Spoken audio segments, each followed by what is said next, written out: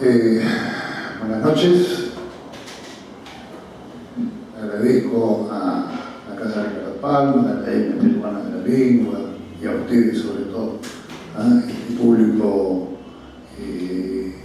ese público que va de una u otra manera a concretar una tertulia íntima, ¿no? Somos pocos pero somos. Voy a rendir honores al título de esta charla, que se refiere a un testimonio personal. Tengo aquí una ayuda a memoria, para no hablar más de la cuenta.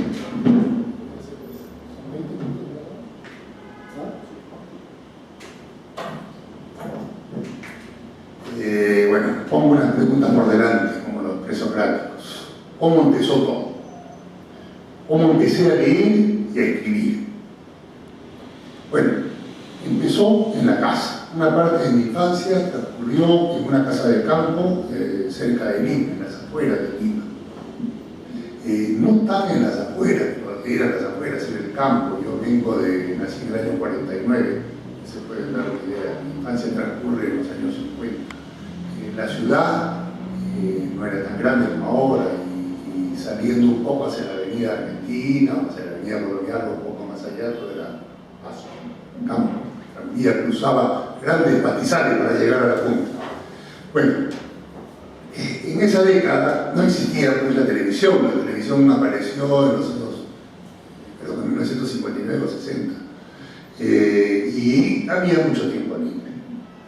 Y a mí me tocó, en suerte, una familia lectora. Yo, por supuesto, sabía de cuentos, pero no tenía la costumbre de coger un libro, a pesar de que en esa casa había 2 habitaciones llenas de estantes de libros.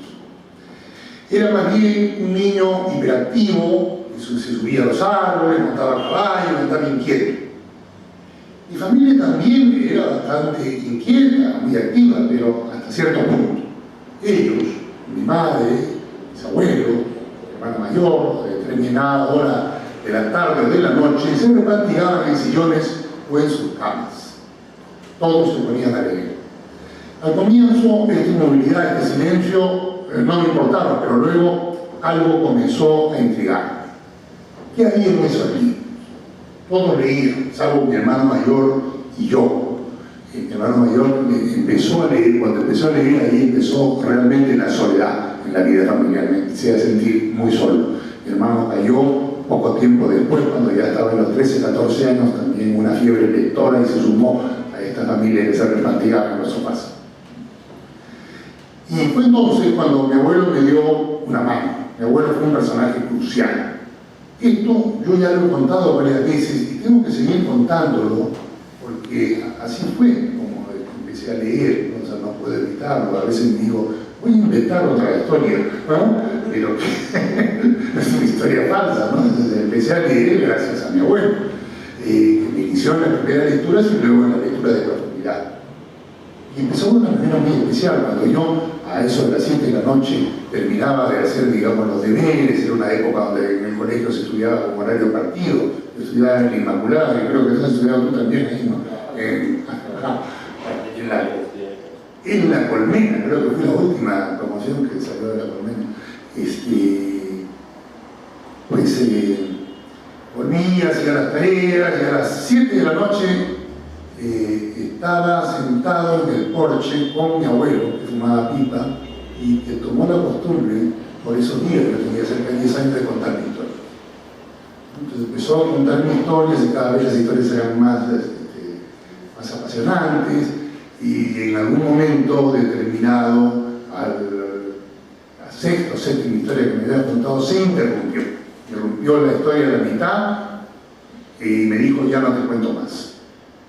Bueno, yo ya tenía una idea de lo que era la historia, el argumento, los personajes, las situaciones, todo lo que iba a pasar. Me dijo, pero bueno, ¿cómo me vas a dejar así con todo esto? Si quieres saber cómo continúa, hay un estante en la biblioteca que tiene un libro con un papelito a la mitad. Vas, sacas el libro, lees de la mitad hacia el fondo y te enteras de lo que pasa. Como estaba tan interesado, pues hice eso. Este truco lo repitió 3 o 4 veces hasta que ya llegó un momento en que le dije, abuelo, recomiéndame un libro. Yo recomendaba libros pues, que correspondían a esa época, al interés de los chicos de esa época, ¿no? Novelas sobre mosqueteros, sobre piratas, en fin, sobre tantas cosas. Pero no solamente me estimuló y me ayudó y me descubrió el mundo de la lectura, el abuelo, sino que también de alguna u otra manera me incentivó a contar historias. Porque un día me recomendó un libro que era La isla del tesoro de Stevenson, y yo lo tomé, lo leí, y luego el abuelo me preguntó acerca del libro, que se lo cuente, se lo empecé a contar y le empecé a cambiar todo, ¿no? Porque en realidad, conforme contaba, yo pensaba que lo podía hacer más interesante, lo podía mejorar, ¿no? Imaginé, por ejemplo, un cofre de tesoro donde, aparte de collares de perlas, rubíes, diamantes, había también unos patines Winchester y una bicicleta Monarch desarmable, ¿no? El abuelo me quedó mirando con tolerancia, no me dijo, oye, es inverosímil, estamos en el siglo XVII. ¿Ah? No, me imagino que lo habrás pensado, solamente me dijo, ¿estás seguro que había eso también en el cofre? Sí. Y bueno, era un error de narrador, que con el tiempo había que corregir, ¿cierto? Pero lo importante es que yo empezaba a contar historias. Empecé a tomarme el gusto a contar historias y finalmente a resignarme a que un escritor no es otra cosa que alguien que cuenta historias a la medida de su gusto, ¿no? Y que luego va haciendo los ajustes pertinentes, ¿no?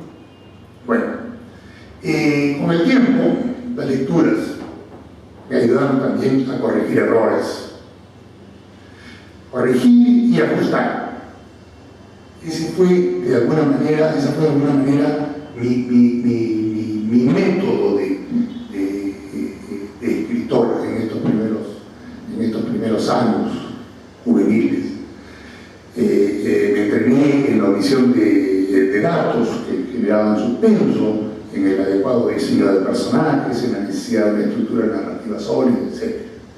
Y decidí, pues, en algún momento, no sé cuándo, quizás entre los 15, 16, 17, me decidí a ponerme a escribir. Y lo hice con el propósito de hacerlo bien. Elegí la ficción, porque a mi juicio ahí están las historias que me parecían más verdaderas, más reales y emotivas, incluso que las noticias que se leían en los periódicos. Pero la ficción no es cosa sencilla. Los lectores te leen a sabiendas de que tú te has propuesto hacerles creer en una historia de tu invención. Todo suena muy elemental, es cierto, pero por ahí se empieza. En suma, inicié mi aprendizaje en pos de una narrativa convincente. Ensayé diversas formas de contar historias con la audacia del muchacho que era. Yo tenía, por entonces, creo ya, cuando decido firmemente ponerme a escribir, 18 años. Y ya saben lo que eso significa. Así las cosas, fui aprendiendo estrategias, trucos de una manera autodidacta.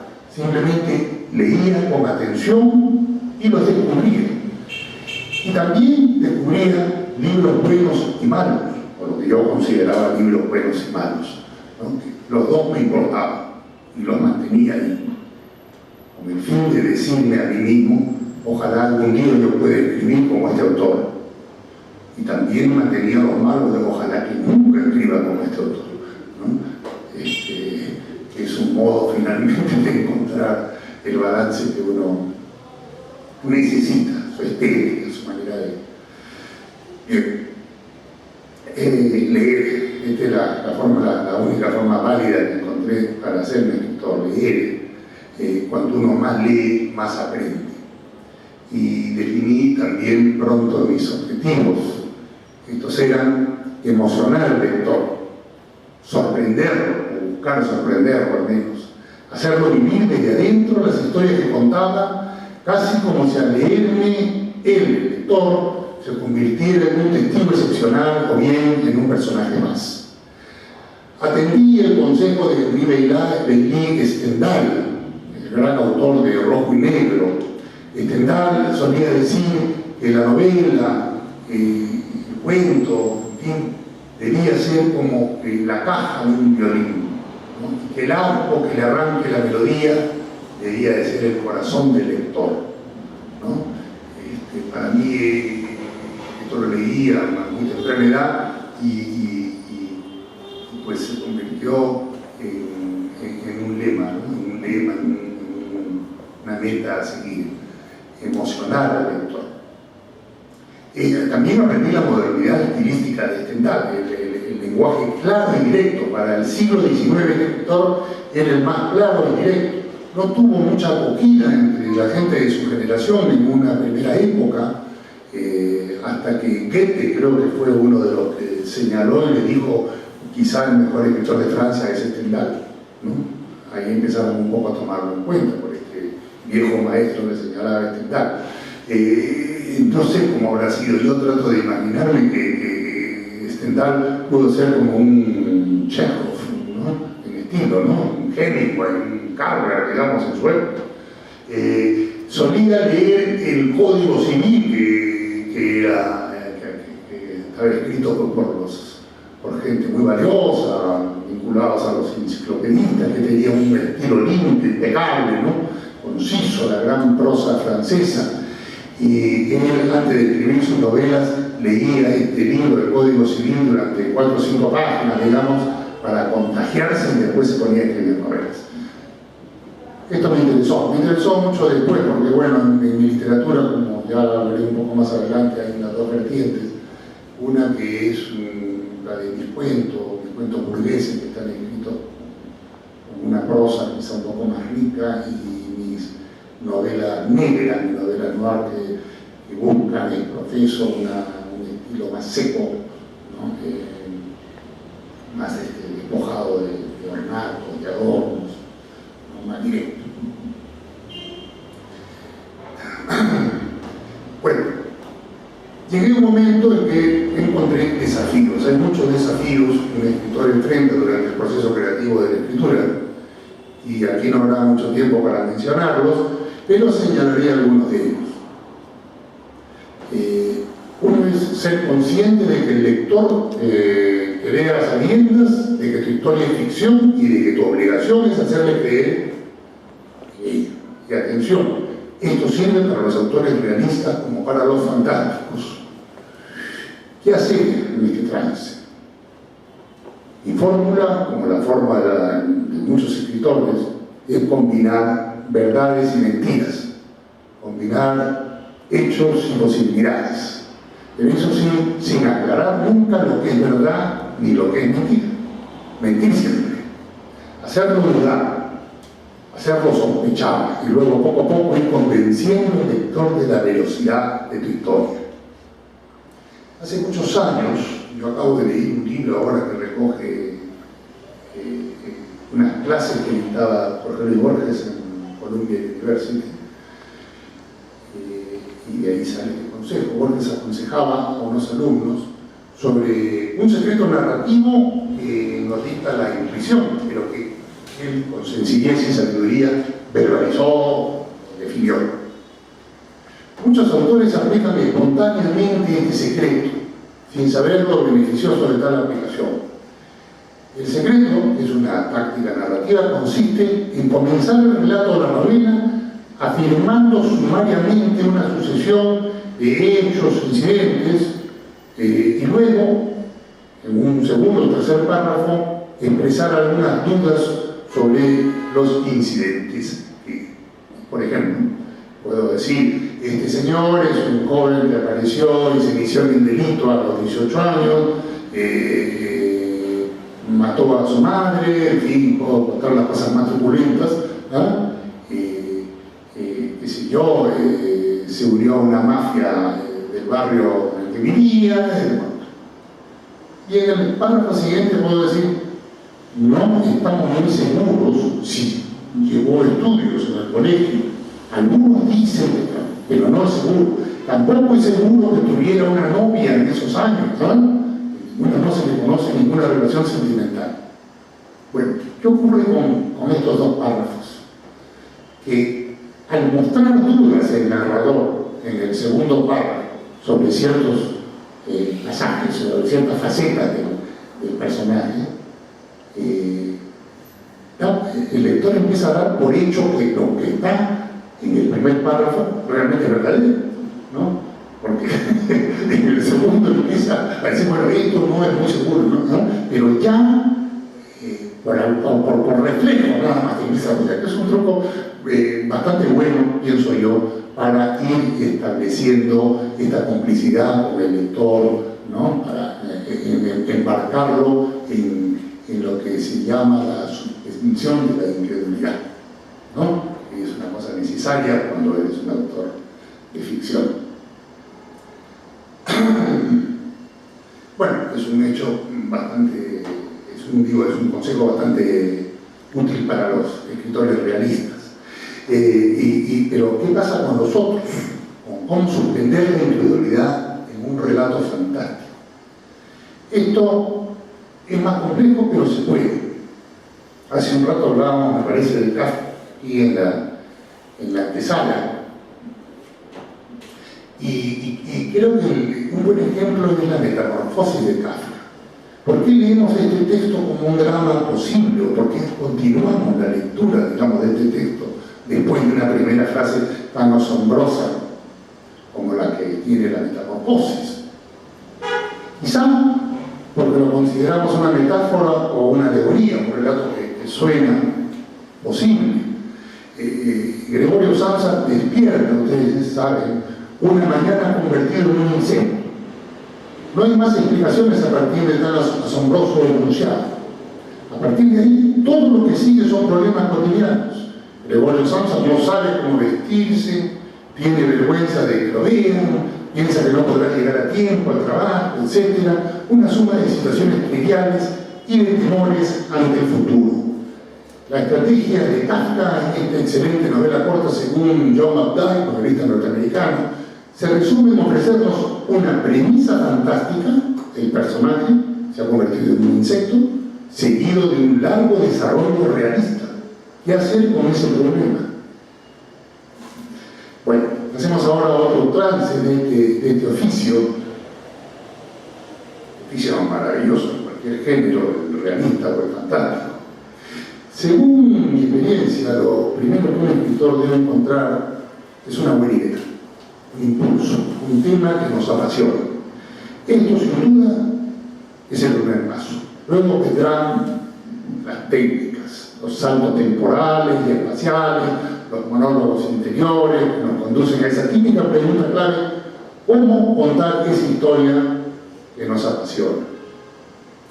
Entre el siglo XIX y principios del siglo XX hemos pasado de la gran novela clásica a la novela contemporánea, donde se inventaron muchas técnicas narrativas. Desde los aportes que dio Balzac, Stendhal y Flaubert, hasta James Joyce, John Dos Passos, William Faulkner, por citar algunos nombres. ¿Qué cambia entre uno y otro siglo? ¿Qué cambió? Algo fundamental: el manejo del tiempo y, por ende, por lo tanto, el ritmo narrativo. Y a ello hay que añadir los recursos que trajo la irrupción de otra forma narrativa extraordinaria: el cine. Inicialmente el cine tomó prestado las técnicas de la literatura, y luego inevitablemente la literatura se prestó de las técnicas del cine. Hoy en la narración literaria, quiero decir, todo avanza más rápido gracias a este intercambio. El zoom in, por ejemplo, ya estaba presente en Balzac. Yo recuerdo una novela de Balzac donde te describía, como quien pinta un cuadro, una campiña maravillosa con árboles, cerros y de pronto al fondo una casa. Luego avanza la descripción y te describe la fachada de la casa, el tejado, las plantas, las flores. Luego te muestra la ventana de la casa y entra por la ventana esa mirada y descubre a un señor leyendo frente a la chimenea en un sofá con orejas, en un berger, una novela. Esto es el sonido. Ya estaba hecho, pero se traduce de otra manera. En vez cine lo vamos a ver mucho más rápido. En la novela te toma pues una página, casi, un poquito más de la página, parece. No recuerdo muy bien. Pero te da una idea de cómo cambia el tiempo narrativo, ¿no? A raíz de una técnica tan sencilla, pero ya está. Otro recurso, por ejemplo, es la voz en off. Esto apareció con un novelista menor, Eduardo Jardin, que fue su inventor a principios del siglo XX. Y luego llegaron los reinventores, Joyce, el monólogo interior de Molly Bloom, y Virginia Woolf, el Bloom de la conciencia. Pero por supuesto, esto también está inspirado en los sonicismos de Oevo, en fin, pero no estaba presentado como se presenta en el siglo XX, como monólogo interior, como algo que va fluyendo, ¿verdad? ¿No? Es diferente.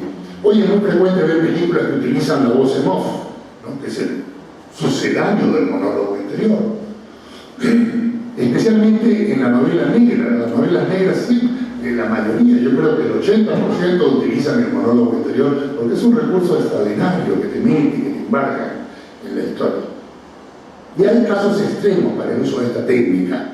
Lo vemos en la película clásica Sunset Boulevard, que estrenó Billy Wilder, o Wilder, como Wilder le dicen en Alemania, en 1950.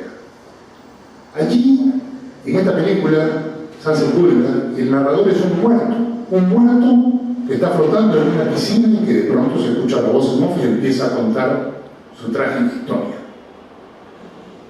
En Pedro Páramo, novela de Juan Rulfo, que se publicó en 1955, o sea, 5 años después, vemos algo parecido. En mí había un pueblo de muertos. Uno empieza a leer esta maravillosa novela y al cabo de unas 10, 15, 20 páginas empieza a sospechar que algunos de los personajes que hablan están muertos y después se muestra que todos están muertos, ¿no? Que la novela la van contando los muertos. Es extraordinario. Me hizo pensar en Thornton Wilder, en esa obra de teatro famosa que se llamó Nuestro Pueblo, ¿no? En esos poemas de Meyer, ¿cómo se llama ese poeta famoso? Sí. Bueno. En fin, la literatura moderna se enriquece con esta coyuntura de técnicas narrativas que nos siguen siendo muy útiles. Pero bueno, uno no siempre tiene que pensar en técnicas narrativas. Técnicas es para dedicarse a la ingeniería, ¿no? Hay que aprenderlas y luego olvidarlas. Y en algún momento nosotros aprendimos a hablar, a articular conceptos, ideas, ¿no? Ya no nos acordamos de la técnica que aprendimos, no hemos olvidado, sencillamente hablamos, reaccionamos de diferentes maneras. Cuando uno desde muy joven ha aprendido técnicas narrativas, técnicas de escritura, pues las asimiló, las encontró, pero después le van a brotar, le van a salir de esa manera natural, como cuando uno habla. Eso es lo ideal, ¿no? Pero digamos que estamos en la primera etapa, aprender la técnica narrativa. La novela de Ulises de Joyce es todo un catálogo de técnicas narrativas. Va a cumplir pronto 100 años. Es actualmente una obra clásica, pero que en su tiempo fue vanguardista. Si queremos ver los beneficios de este tipo de obra en lo que es la literatura latinoamericana, por ejemplo en García Márquez, en Carlos Fuentes, en Cortázar, en Mario Vargas Llosa, pues lo vamos a ver. Muchos son herederos de Faulkner, de Don Paso, en fin, y de Joyce, ¿no? El caso de La ciudad de los perros quizás sea el más ilustrativo. Si uno se pone a pensar en la historia de La ciudad de los perros, el argumento que nos cuenta es un argumento bastante banal, ¿no?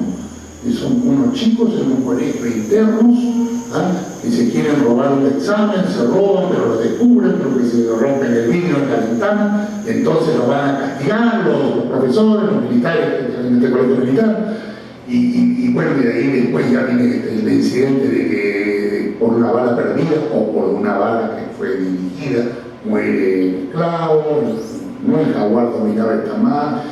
Es una cosa bastante si uno la cuenta de una manera lineal, digamos, no pasa nada, ¿no? No es una historia muy interesante. como la cuenta de Vargas Llosa, la convierte en algo extraordinario. Empiezan a mezclar las voces, empiezan a mezclar los tiempos, ¿no? Y logra realmente meternos en una historia fabulosa. Cuando yo la leí, quedé tan deslumbrado porque dije, esto es la técnica, cómo la técnica puede convertir una historia tan insignificante en una historia interesantísima. Incluso le encontré defectos, porque bueno, en algún momento hay 3 personajes que se enamoran de la misma chica, lo que era bastante irreal, ¿no?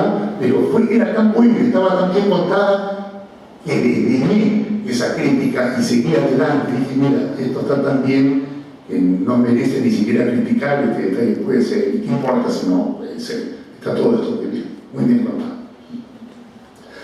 Bueno, hasta aquí, digamos, va una parte mínima, que puedo hablar mucho, no darme tiempo, una parte mínima del contexto que precede a mi aparición como escritor. Era un muchacho que, por mi edad, leía a los autores indigenistas que estaban todavía en boga, leía a los autores de realismo urbano que aparecían, como Vargas Llosa, Ribeiro, Congrens y otros escritores, en fin. Y en ese momento empiezo a escribir y a borronear mis primeros textos, ¿no? Fines de los años 60, principios de los 70. Leí autores europeos, norteamericanos y peruanos. Leí pues todo lo que había que leer también, ¿no? En fin, Valdemar, Vargas Llosa, Borges, Cortázar, en fin, todo lo que aparecía en esa época. Onetti, que me deslumbró, que fue uno de esos autores que me dejó boquiabierto. En fin, pero yo me sentía un joven rebelde, naturalmente, pero no quería ser como todos, sino más bien diferente. Un escritor que corriera riesgos sin miedo a fracasar o meter la pata. Metí la pata varias veces, por cierto, pero no me senté a lamentarme, simplemente seguí intentándolo, haciendo ajustes y podando, escribiendo y reescribiendo.